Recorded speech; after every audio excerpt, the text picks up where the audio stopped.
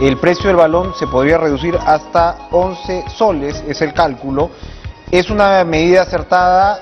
¿No lo es? Hay un debate también en torno a la pertinencia y a la real eficacia de esta medida. Vamos a preguntárselo a Aurelio Ochoa, ingeniero experto en hidrocarburos, a quien le damos la bienvenida. ¿Cómo está, señor Ochoa? Gracias por estar con nosotros. Buenas noches, a sus órdenes. ¿De acuerdo o no con la inclusión del GLP envasado en el Fondo de Estabilización?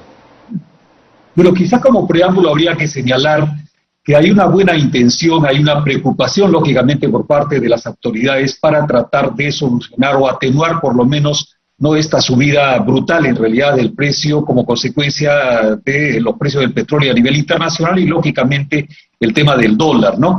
Sin embargo, creo que a pesar de esas buenas intenciones, creo que los efectos de todas maneras no van a ser los que quizás esperaban, ¿no? Esperemos que tengan algún efecto de todas maneras, pero paralelamente me parece que habría que tomar otras medidas complementarias y rápidas para poder justamente hacer sostenible esta situación. Y por ejemplo estamos hablando del caso del FICE, que también ha sido anunciado por el primer ministro, ¿no? El caso del FICE, el caso de la renegociación del contrato de camisea, ¿no? Entonces esos dos puntos faltarían, porque lo que anunció el primer ministro precisamente habían sido estos tres temas, cómo se atacaría el tema del GLP, ¿no? Entonces, bueno, uno de ellos ya ha sido dado, como sabemos, hace 2 días, ¿no? Entonces faltaría el caso del FICE. Hoy día tenemos en el caso del FICE, que es el Fondo de Seguridad de Inclusión y Seguridad Energética, hoy día está ya, en este caso, subsidiando desde hace varios años a 800.000 personas al mes, a las cuales se les entrega un vale del GLP de entre 20 y 32 soles, ¿no? Entonces, quizá lo que habría que hacer más bien ahora es digamos, ampliar, ¿no? esa población, porque lógicamente hay mucho más personas que están en condiciones económicas, pues, claro, lamentables. Ahí lo del FICE, perdón, en todo caso, la virtud, por lo que me explica, es que el FICE va a ser una política más focalizada. Creo que la palabra es esa, precisamente, creo que usted ha tocado, ¿no? Ha dado en el bullying en este momento.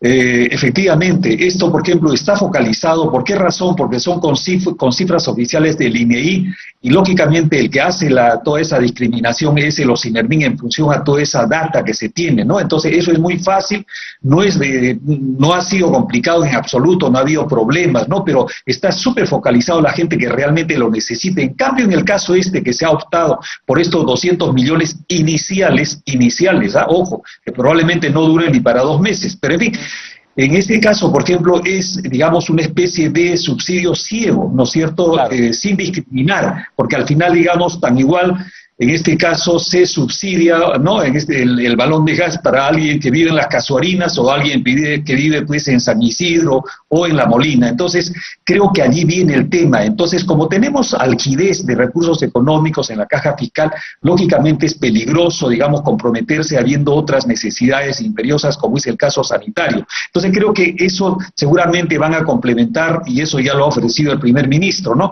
Claro. Y la otra sería el caso de la renegociación del contrato de camisea. ¿Por qué razón? ¿Consistiría esta renegociación? Porque como usted sabe, estos son temas que ahí sí agarran carne en algunos sectores. Sí. ¿En qué consistiría esta renegociación? No, yo pienso que, digamos, lo que inicialmente en la campaña electoral, bueno, se ha hablado de otras, ¿no?, de nacionalizaciones, en fin, pero que algunos han confundido con estatizaciones, no sería el caso. Yo pienso que es cuestión de conversar con el consorcio, porque al final, de algún modo, tiene que beneficiar al país. O sea, ¿de qué sirve que tendríamos el GLP? Un 80% del que consumimos en el Perú proviene de camisea y tiene que de todas maneras pues servir, porque de lo contrario mejor importamos y va a ser, digamos, al mismo precio, ¿no? Entonces me parece que por esa vía conviene a ambos, tanto a los consumidores locales como al consorcio en este caso, ¿no es cierto?, conversar, porque no puede estarse afectando, digamos, el consumidor en la magnitud que en este momento se afecta.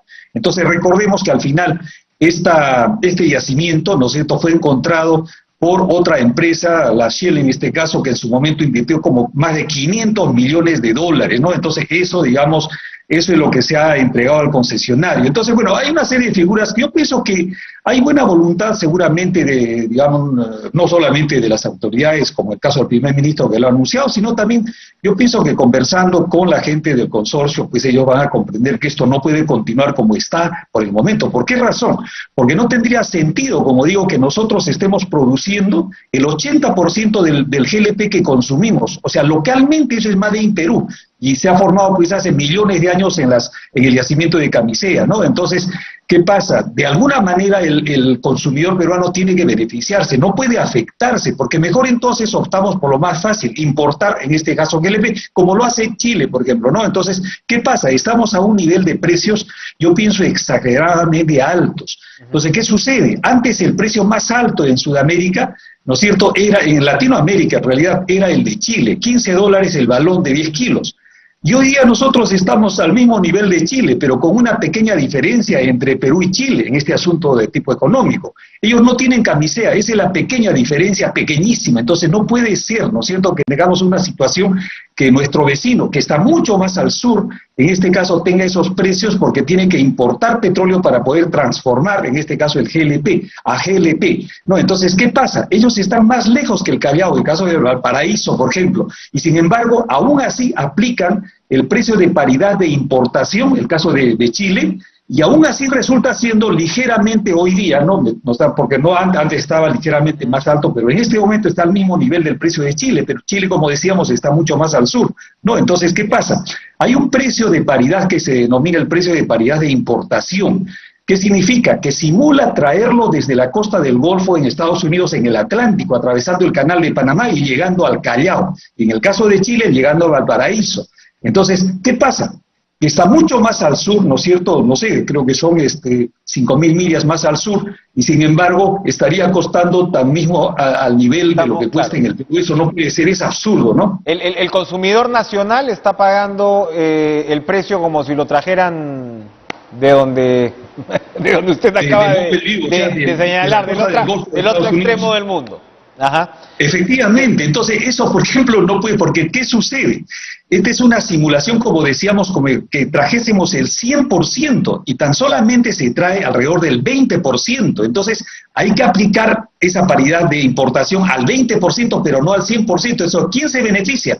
El productor. Bien. El importador sí, por ejemplo, sufre las consecuencias del mercado internacional, pero el nacional, el productor nacional, cuasi monopólico, porque es 80%, se está beneficiando en este caso, ¿no es cierto?, por esta forma de valorizar el GLP, y eso me parece que no es, digamos, congruente con lo que es el mercado internacional en realidad. Perfecto, un debate en marcha, punto interesante. Para terminar, volviendo a la medida inicial, la crítica adicional que se hace o la incertidumbre que se plantea es que como esto aplica solamente para el GLP envasado, lo que puedes hacer es promover, que era algo se vio antes, esta especie de mercado negro del GLP vehicular, que yo lo compro a granel y lo envaso, ¿no? Y entonces ahí la cosa se comienza a complicar. ¿Puede repetirse esa figura?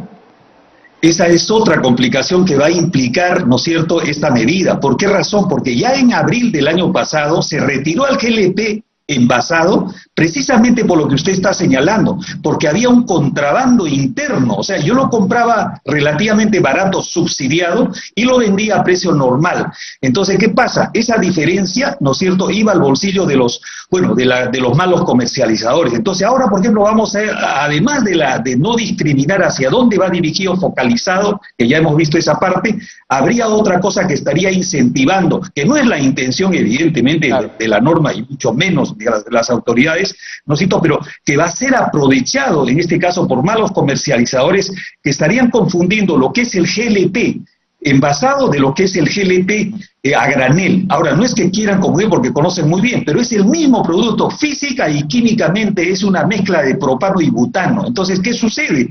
¿Quién va a poder diferenciar o quién va a poder fiscalizar? Porque, ¿qué pasa? El mercado del GLP está súper atomizado, entonces es muy difícil que tengamos personal, ¿no es cierto?, público que vaya pues a verificar. Entonces, ¿qué pasa? Le van a sacar la vuelta, lógicamente, a la norma, ¿no? Entonces, ya antes, por esa razón, el año pasado, se retiró el GLP y solamente solamente quedaba el diésel con el residual para uso eléctrico. Entonces ahora que nuevamente se ha incluido, vamos a ir por los 200 millones y podríamos ir mucho más allá, porque más o menos para que calculemos, en todo lo que es el Fondo de Estabilización que viene desde el año 2004, se ha invertido ha perdido el fisco más de 10.000 millones de soles, 10.000 millones de soles. Y en lo que es el GLP, 2.700 millones el fisco y 1.300 millones aproximadamente los usuarios, lo que significa que ya digamos se habrían perdido más de 4.000 millones de soles en lo que es el GLP y lógicamente ojalá que no vayamos en la misma dirección. Ingeniero Aurelio Ochoa, gracias por traer y subrayar estos interesantes puntos a tener en cuenta en un debate que por supuesto toca el bolsillo.